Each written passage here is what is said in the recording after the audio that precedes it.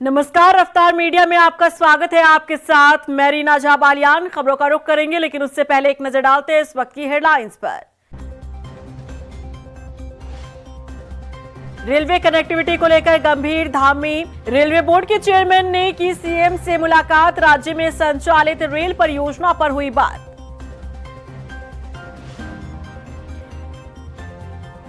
सिंचाली पुल के शिलान्यास पर गरमाई सियासत। शिलापट से गायब सांसद बलूनी का नाम। बीजेपी नेताओं में खटास के लग रहे कयास।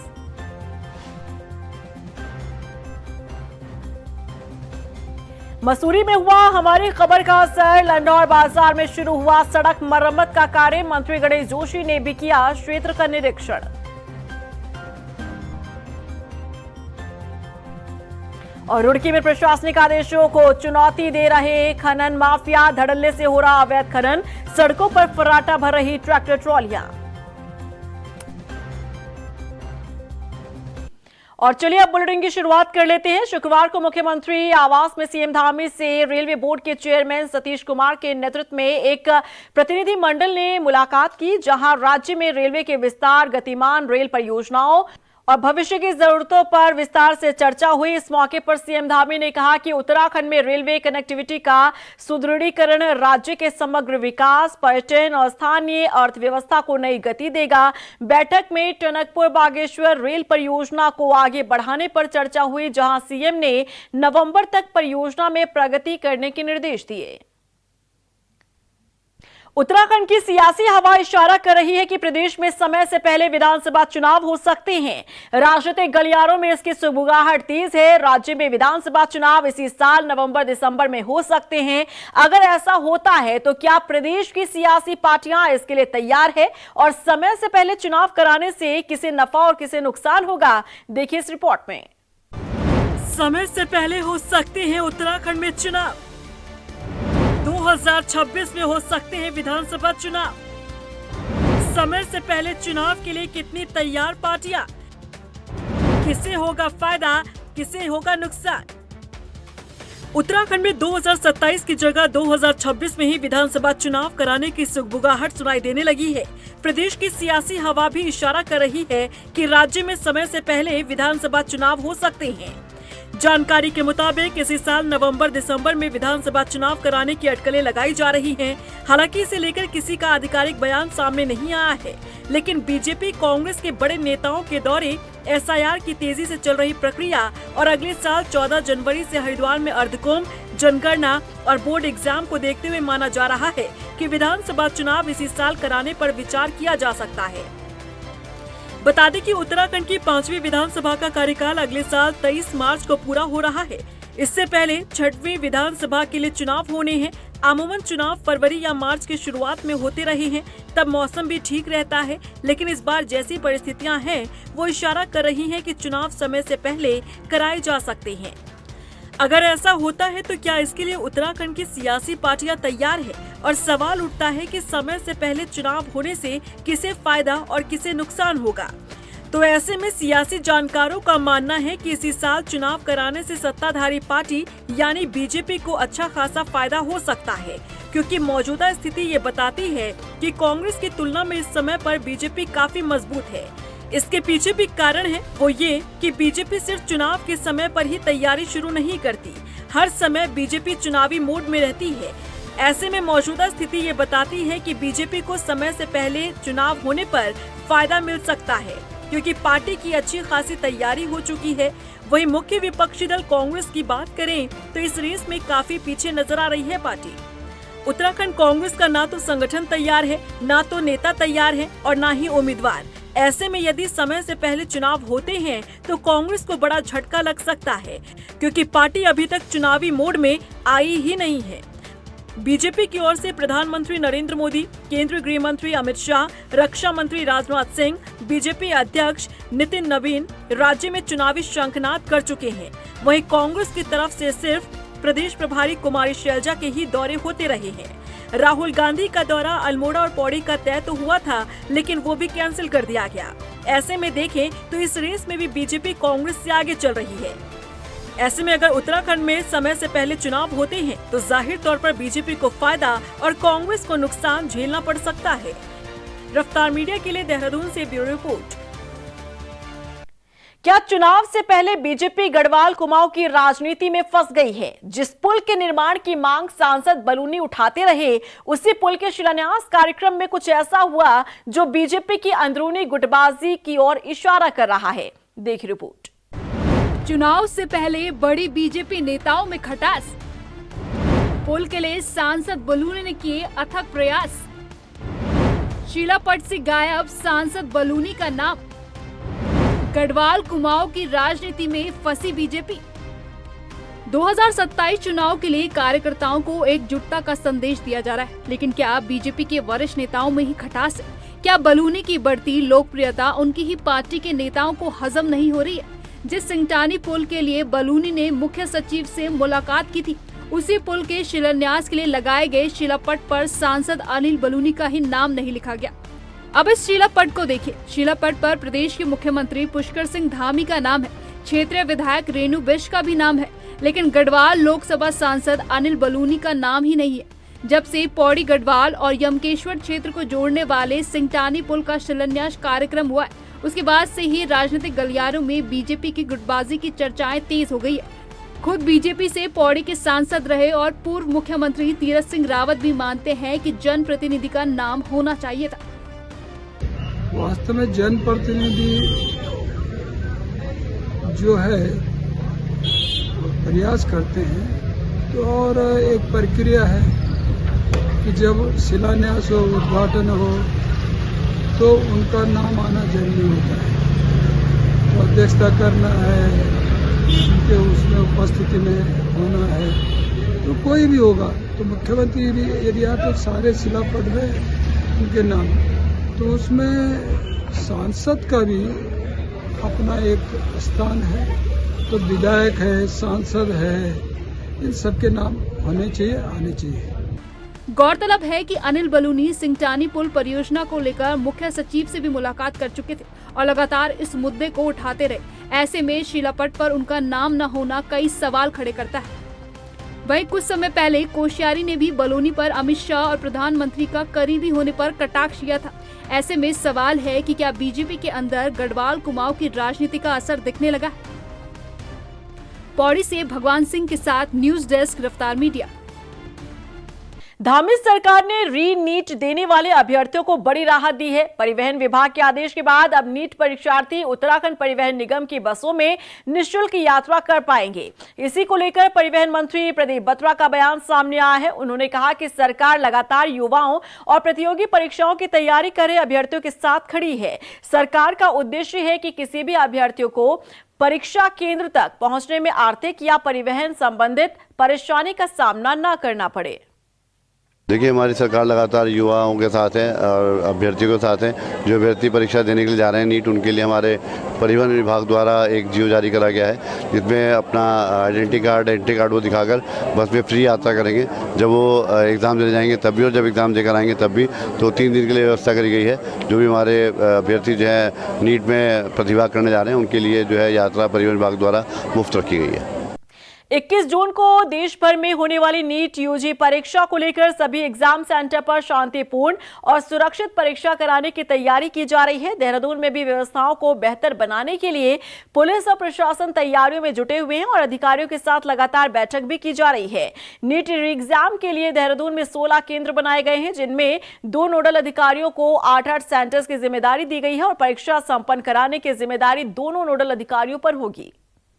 इस संबंध में जो हमारे 16 सेंटर हैं और 6,800 से अबव पार्टिसिपेंट्स को इसमें पार्टिसिपेशन या कैंडिडेट्स इसमें प्रतिभाग करेंगे। इस संबंध में एनटीए के ऑफिसर्स ने यहाँ ऑलरेडी आके सारी व्यवस्थाओं को खुद देखा भी है और हमारी जो टीम है वो उनके क्लोज कांटेक्ट में और जो भी प्रोविजंस हैं, जो डायरेक्शंस हैं, उनके अकॉर्डिंगली एग्ज़ाम्स को शुचितापूर्ण करवाने में जो भी सहयोग जिला प्रशासन या पुलिस प्रशासन की तरफ से दिया जाना है वो इंश्योर किया जा रहा है। उत्तराखंड कांग्रेस विधानसभा चुनाव की तैयारी में जुट गई है। भले ही कांग्रेस प्रदेश प्रभारी कुमारी शैलजा को अपना दौरा बीच में ही छोड़कर जाना पड़ा हो, लेकिन उत्तराखंड कांग्रेस कैंपेन कमेटी को आगे की रणनीति बनाने की अहम जिम्मेदारी दे दी गई है, जिस पर कांग्रेस एक्टिव मोड में आ गई है। देखिए रिपोर्ट। 2027 चुनाव के लिए एक्टिव मोड में कांग्रेस प्रदेश प्रभारी ने सौंपी जिम्मेदारी। कांग्रेस कैंपेन कमेटी बनाएगी रणनीति। 2027 विधानसभा चुनाव के लिए कांग्रेस तैयारी में जुट चुकी है। 17 जून को देहरादून पहुंची कांग्रेस प्रदेश प्रभारी कुमारी शैलजा ने जिला अध्यक्षों, पार्टी पदाधिकारियों और वरिष्ठ नेताओं के साथ बैठक की। बैठक में संगठन सृजन कार्यक्रम की समीक्षा की गई और जिला स्तर पर पार्टी की गतिविधियों का फीडबैक लिया गया और साथ ही आगामी चुनाव को देखते हुए पार्टी के मैनिफेस्टो और जनसंपर्क अभियान को लेकर भी विस्तृत चर्चा हुई। सभी महत्वपूर्ण बैठकें, सभी महत्वपूर्ण व्यक्तियों से वार्ता, सभी सीनियर लोगों से मुलाकातें, एक एक करके समूहों में सब तरह से मुलाकातें हुई और उन्होंने स्पष्ट निर्देश दिया। बैठकें कल की जो थी वो दो रूप में थी कि एक तो जिला संगठन के बारे में, संगठन सृजन के बाद जिला अध्यक्षों के संबंधित जिलों में क्या क्या एक्टिविटीज़ हुई उससे संबंधित थी और दूसरा ये था कि हम आगे का रोड मैप, प्रचार का, खास करके कैंपेन का रोड मैप तैयार करें। बैठक में प्रदेश कांग्रेस कमेटी को अगले 3 महीने के लिए प्रचार प्रसार और जनसंपर्क कार्यक्रमों की रूपरेखा तैयार करने की जिम्मेदारी सौंपी गई है। कांग्रेस का दावा है कि वो बेरोजगारी, महंगाई, पलायन और कानून व्यवस्था जैसे मुद्दों को लेकर जनता के बीच जाएगी और बीजेपी सरकार को घेरने का काम करेगी। 28 तारीख से लेकर 7 जुलाई तक के कार्यक्रम तय किए जा चुके हैं। इसमें हमारे सभी वरिष्ठ नेता विधानसभा में जाएंगे, जनपदवार भ्रमण भी करेंगे, कार्यकर्ताओं के साथ संवाद भी होगा और भाजपा के जो 9 वर्ष का कार्यकाल है जिसमें भ्रष्टाचार, बढ़ती महंगाई, बेरोजगारी, महिला अपराधों में उत्तराखंड पहली पायदान में, शिक्षा व्यवस्था बदहाल, स्वास्थ्य सेवाओं की दशा दयनीय, रेफरल सेंटर बन चुके हैं, स्वास्थ्य चिकित्सालय, और किसान बदहाल हैं और जिस तरह से देश प्रदेश को भूमाफियाओं के, खनन माफियाओं के, शराब माफियाओं के हाथों में सौंप दिया गया है, एक गठजोड़ बन चुका है, सरकार का संरक्षण है, तमाम मुद्दे हैं। वहीं कांग्रेस के चुनाव प्रबंधन समिति के अध्यक्ष हरक सिंह रावत ने बताया कि पार्टी ने पर्वतीय क्षेत्रों की करीब 30 विधानसभा सीटों के लिए विशेष भ्रमण कार्यक्रम तैयार किया है। इसके तहत कांग्रेस नेता गांव-गांव जाकर बीजेपी सरकार की कथित विफलताओं को जनता तक पहुंचाएंगे। देखिए, आज हम लोगों ने पर्वतीय क्षेत्र का, उत्तराखंड की लगभग 30 विधानसभाओं का आज हमने दौरे का कार्यक्रम बनाया है। अलग अलग नेतृत्व में टीमें हमारी दौरा करेंगे। जो वरिष्ठ नेता हमारे हैं, जैसे टिहरी उत्तरकाशी की विधानसभा में भाई प्रीतम जी के नेतृत्व में 28 तारीख से लेकर 10 तारीख तक हमारे कार्यक्रम लगे हैं। मैं पौड़ी, रुद्रप्रयाग, चमोली जिले का दौरा करूंगा। कर्ण मेहरा जी और गोविंद कुंजवाल जी उस तरफ अल्मोड़ा, अल्मोड़ा नहीं, बागेश्वर, चंपावत और पिथौरागढ़ का दौरा करेंगे। तो इस तरह के कार्यक्रम हम लोगों ने लगाया है और ये एक तरह से हमारा संगनाद है, एक तरह से ये बिगुल है, एक तरह से चुनाव के दृष्टिकोण से। कांग्रेस की चुनाव कैंपेन कमेटी भी आगामी रणनीति को अंतिम रूप देने में जुटी है। पार्टी नेताओं का कहना है कि संगठन को बूथ स्तर तक मजबूत बनाने के साथ साथ जनहित के मुद्दों को लेकर व्यापक अभियान चलाया जाएगा। देखिए, कैंपेन कमेटी की आज बैठक थी और उस बैठक में हमने ये निर्णय लिया है कि जो 2027 की चुनौती हमारे सामने है, इस चुनौती पर हम कैसे पार पाने का काम करें, उसके लिए एक हमने ब्लूप्रिंट तैयार किया है और जिसको हम कल पत्रकार वार्ता के माध्यम से आपके सम्मुख रखेंगे और हर कांग्रेस के साथी पर जिम्मेदारी सौंपी गई है कि वो हर हम विधानसभा में जाकर के सरकार की पोल खोलने का काम करें। कुल मिलाकर कांग्रेस ने आगामी विधानसभा चुनाव के लिए संगठनात्मक गतिविधियों को तेज कर दिया है। अब देखने वाली बात होगी कि चुनावी मैदान में उतरने से पहले पार्टी अपनी रणनीति को कितना प्रभावी तरीके से जमीन पर उतार पाती है। रफ्तार मीडिया के लिए देहरादून से सुशांत सिंह की रिपोर्ट। कांग्रेस प्रदेश प्रभारी कुमारी शैलजा के अचानक देहरादून से अपने लोकसभा क्षेत्र लौटने पर बीजेपी ने तंज कसा है। बीजेपी प्रदेश महामंत्री कुंदन परिहार ने कहा कि देवभूमि में सीएम धामी की बढ़ती लोकप्रियता से कांग्रेस में घबराहट है। पहले राहुल गांधी ने मौसम का बहाना बनाकर अल्मोड़ा की सभा रद्द की, वहीं अब कुमारी शैलजा भी कांग्रेस नेताओं को एकजुट करने में असफल रही है।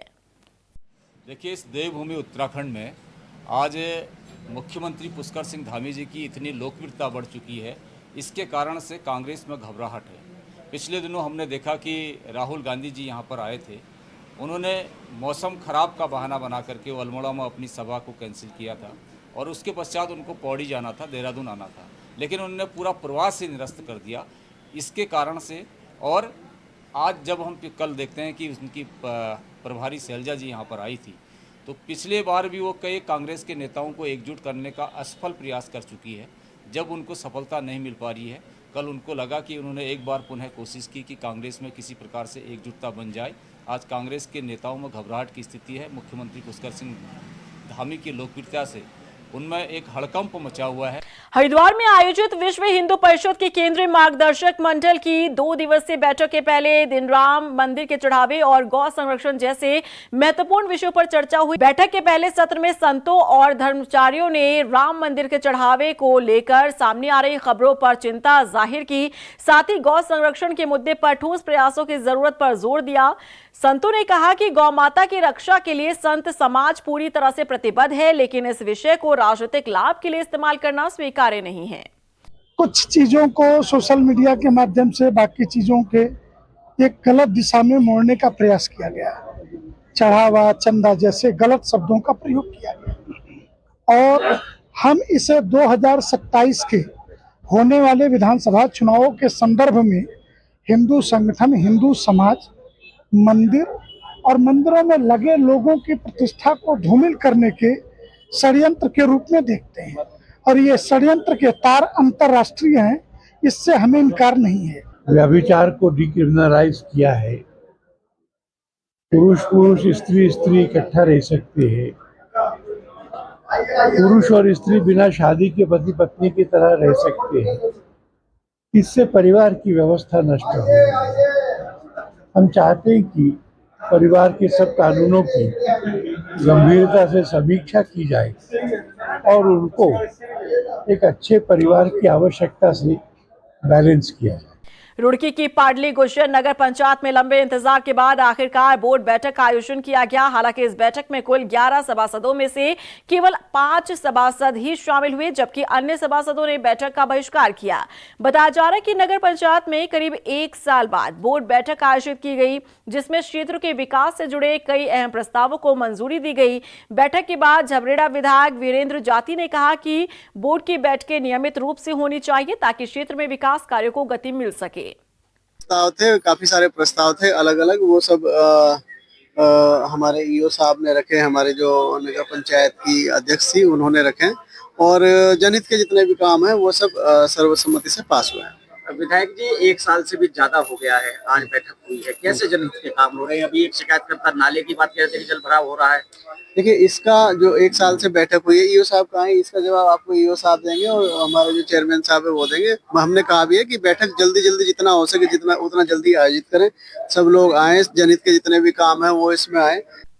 रुड़की के मंगलौर क्षेत्र में खनन माफिया प्रशासनिक आदेशों को खुलेआम चुनौती देते नजर आ रहे हैं। ताजा मामला मंगलौर के सालियर बाईपास रोड का है, जहां अवैध खनन से भरे ट्रैक्टर ट्रॉली बेखौफ होकर दिन रात सड़कों पर फर्राटा भर रहे हैं। एक तरफ जिलाधिकारी ने अवैध खनन और ओवरलोड वाहनों के खिलाफ सख्ती के निर्देश दिए, लेकिन दूसरी तरफ जमीनी स्तर पर इन आदेशों का असर कहीं दिखाई नहीं दे रहा है।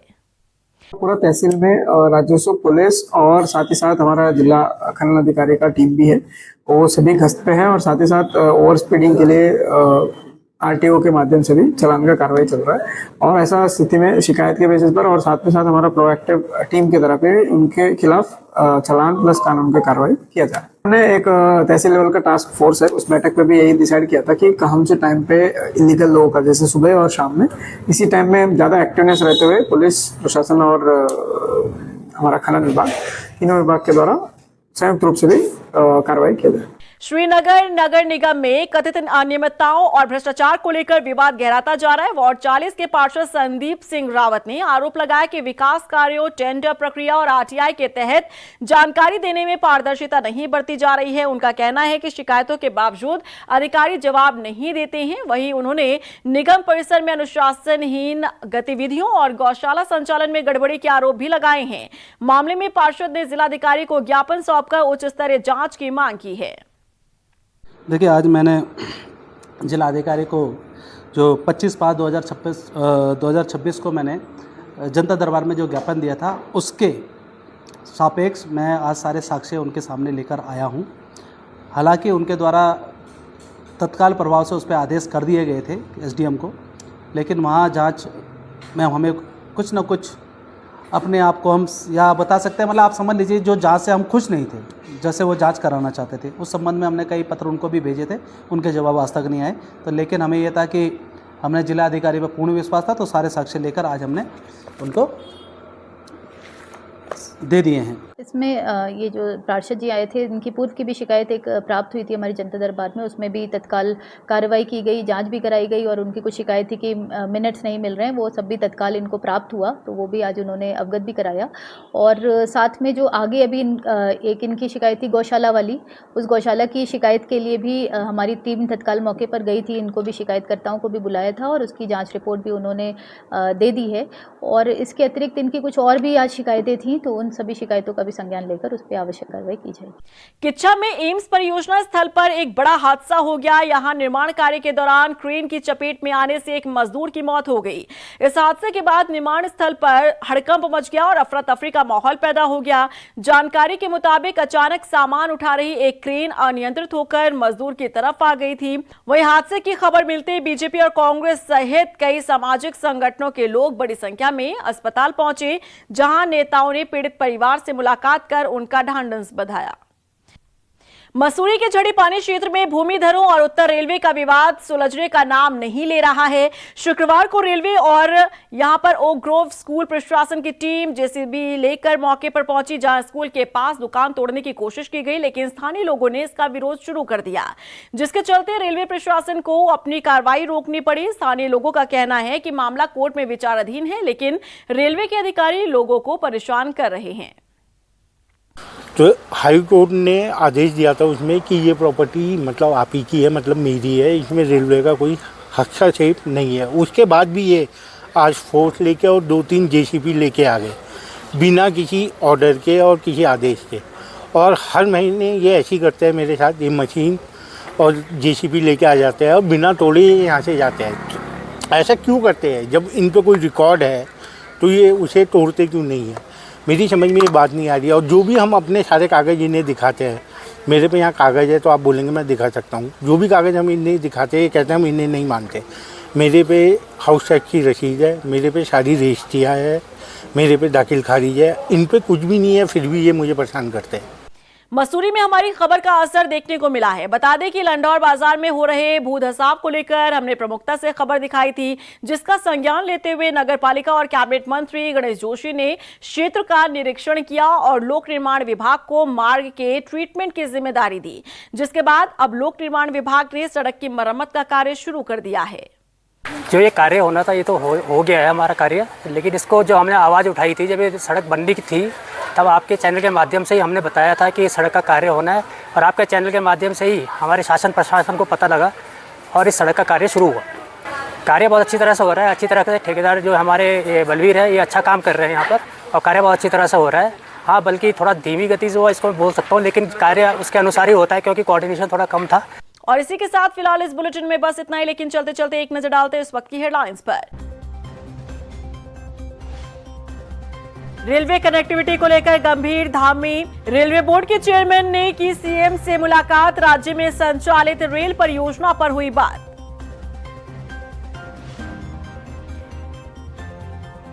सिंचाली पुल के शिलान्यास पर गरमाई सियासत, शिलापट से गायब सांसद बलूनी का नाम, बीजेपी नेताओं में खटास के लग रहे कयास।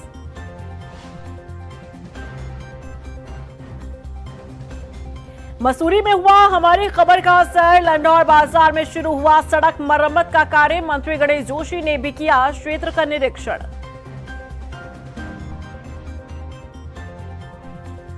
और रुड़की में प्रशासनिक आदेशों को चुनौती दे रहे खनन माफिया, धड़ल्ले से हो रहा अवैध खनन, सड़कों पर फर्राटा भर रही ट्रैक्टर ट्रॉलियां।